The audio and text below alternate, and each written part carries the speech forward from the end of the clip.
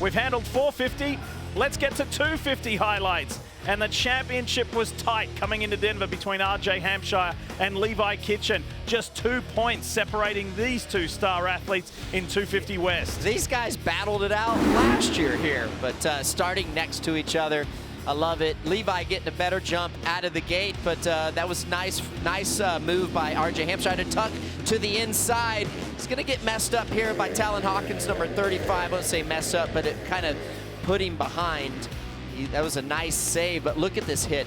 Nobody got a better start than Joe Shimoda, and nobody got hit better than RJ Hampshire. He handled that from Nate Thrasher, and he didn't enjoy it, but he prevailed. Yeah, he did. This is a good pass to get by Jordan Smith. Didn't make any contact, but scared Jordan enough. Well, not scared him, but pushed him to the outside enough. Jordan goes off course. How about this? The boot, the left boot of Levi Kitchen coming almost completely undone. Yeah, that happened on the start, and this could have turned out to be very, very bad for Levi Kitchen. Luckily, the bottom two buckles stayed together. He's able to keep that boot on. Otherwise, we'd be talking a little bit different story here. Joe Shimoda had the advantage. He won his heat and led the entire main event. RJ Hampshire bridged the gap. It got close. It got really close on the final lap. Watch this. Watch Levi Kitchen get super close to Joe Shimoda, but it was the Japanese rider with his second ever main event victory, and that has been a long time coming. And Joe has had this podium run in the last 5 races. That was awesome. Big win aboard the factory HRC Honda. And guess who was waiting for him? His Honda teammate and friend, Jet Lawrence, saying that's the way to do it. And plenty of emotion inside the Honda camp. So it was a Shimoda, Kitchen, Hampshire podium. Yeah, incredible ride. It's going to be a lot of fun going to that showdown next week in Salt Lake City, the final round, winner take all. And if you're RJ Hampshire, although you didn't get the win tonight, I still think it was a solid ride by RJ. I mean, he did the best that he could do. He didn't have any huge mistakes, and he's well in the game. And the last showdown he went to was good. Here's the story, RC. Boom. Is that RJ and Levi Kitchen are tied. 3 wins each, exactly the same amount of points.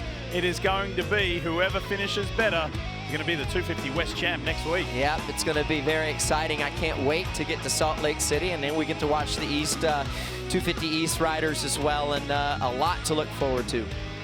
So we just showed you a brief highlight there, and Ricky explained it beautifully about the buckles and the clips on the side of Levi Kitchen's boots, his Fox boots coming undone. You could see it flapping. Like we gave the example during the call. Imagine skiing or snowboarding and a couple of your buckles and latches coming undone. You just don't have that snug, supportive feel.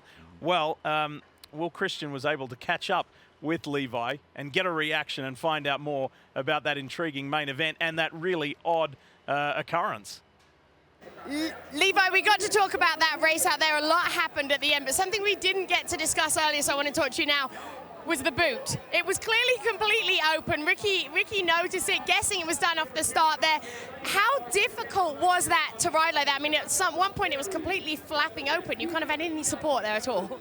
Yeah, that was crazy, and it was just a freak accident. I don't even know how it happened, but somebody's fork guard caught it, and yeah, that's actually why early I skimmed the whoops like the first 2 laps, and I felt my boot almost come off. So I went to jumping because I was like, I mean, there's no way we could ride without a boot. Our foot would just get cut up. So yeah, I don't know. It got easier. I kind of got used to it at the end, but the first like 3 laps, that's all I was thinking about. So it was a little sketchy. That's exactly. So Ricky and JT were back and forth talking about it, and they said it must be incredibly distracting. There you are trying to focus on the job in hand, and you got the boot there. So it just kind of faded into the background there a little bit. Yeah, for sure. The first few laps, I was in my head, I'm playing through stuff like, can I pull over for a second and strap it, or then I lose time, so I just had to ride. It was kind of weird. It was impressive. Thanks ever so much. How about that? The bizarre things that happen in live sport. No, he made the right choice, but incredible ride by Levi to have to be worrying about that, thinking about that, and adjust his riding style accordingly. Well done. And again, hung on to ensure that the championship will be decided next weekend in Salt Lake City.